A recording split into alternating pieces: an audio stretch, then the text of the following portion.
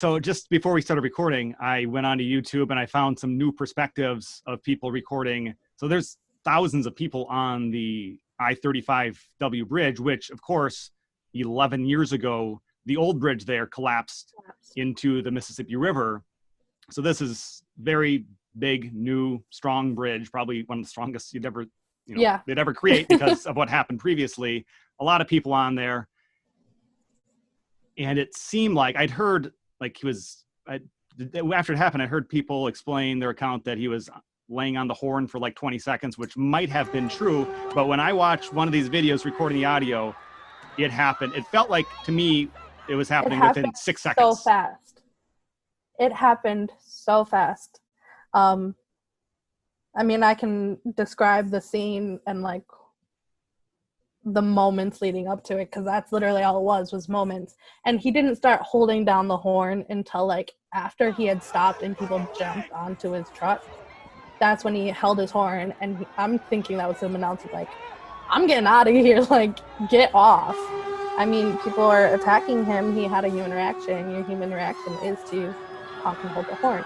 He was honking coming into the crowd, but he didn't hold it or anything until he had already stopped. What was happening obviously people are out there protesting. You're a part of this large group that had moved, I think, from US Bank Stadium where the Minnesota Vikings play, not terribly far from the location of the bridge, but that would have taken some time to get from the stadium to the bridge. Yeah. We walked, I don't remember the direct route, because I mean, I was just kind of following the crowds and like paying attention to the people and like all the support that we were getting from the balconies. All the cars driving by were honking. People were hanging out their windows. Like, everyone was supportive of this. It was such a beautiful thing to see. But like, we looped down around and we were actually on the other side of the freeway.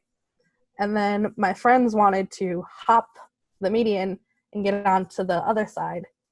So we hopped over there and like we started weaving our way up to the more towards the front, because that's where the speakers were and we wanted to hear it. Sorry, I lost my tangent. Well, you repositioned yourself. Is that just in a minute or two before this happened, or a long time? Probably like 5 minutes before it happened. Yeah, we jumped over, and the protesters at the US Bank Stadium, we were all sitting down. We were singing songs, Lean on Me When You're Not Strong and I'll Be Your Friend. And the organizers were on their horns saying, what are we going to do at 8? Go home. What are we going to do at 8? Go home. And it was just so, like, everyone was sitting and in companionship. And we did that again on the bridge. Like, everyone took a knee. Thousands and thousands of people started taking a knee. And they started talking to us. Oh my gosh, I'm kicking myself for forgetting his name right now, but he was the man in the gray suit. He was one of the organizers. He was a professional basketball player. Now he works at Wells Fargo. TJ Hill maybe is the name. I yes, think I heard him. Thank you. I'm so bad with names. Apologies. But he was literally standing there and was like, we're going to get Royce up here. The mayor's going to come and talk to us in a couple minutes. Like, he's on his way. And so Royce started like walking up and people started clapping and standing up. And so my friend was sitting right next to me, and another friend of mine, she started walking up towards that because she wanted better pictures. So my friend started standing up and everyone around us kind of started ambling slowly up. And then within a second, people's cheers turned to, oh my God, run!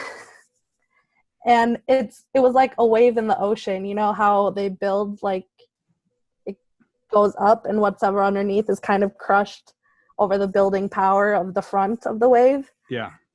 We were kind of at the very back end of the edge of where the wave was building, and we just saw all these people like coming at us and parting like the Red Sea.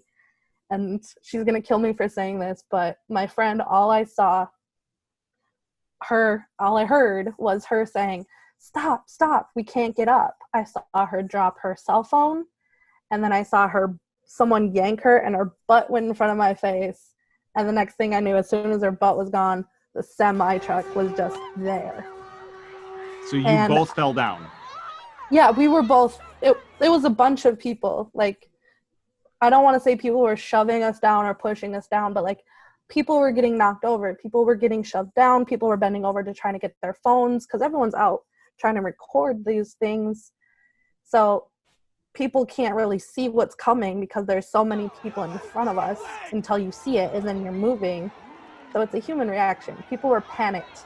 I thought, honestly, that the police had driven onto the freeway and were starting to shoot rubber bullets or gas us.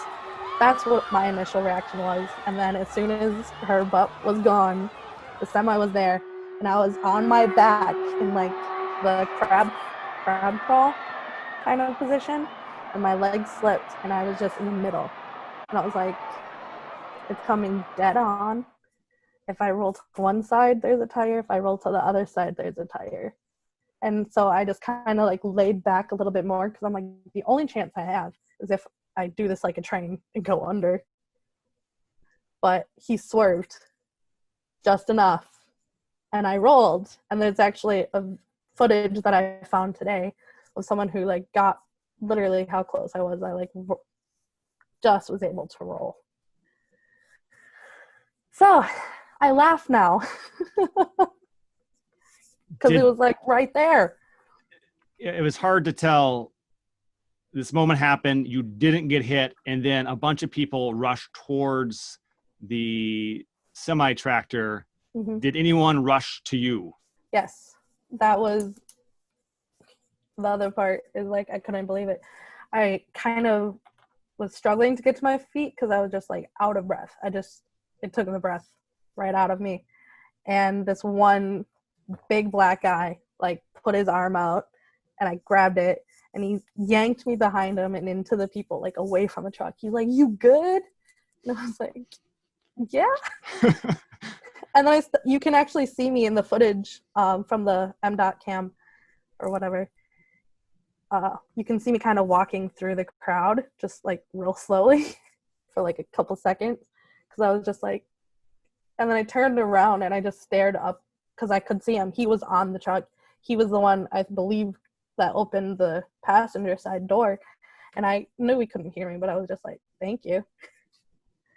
And then I decided to go back up to the truck and take a picture of like where I was. Oh. And I got the license plate number because I was like, if this was intentional, I want to be able to press charges. I don't know what I want to do with this yet, but I want information. I want to be prepared.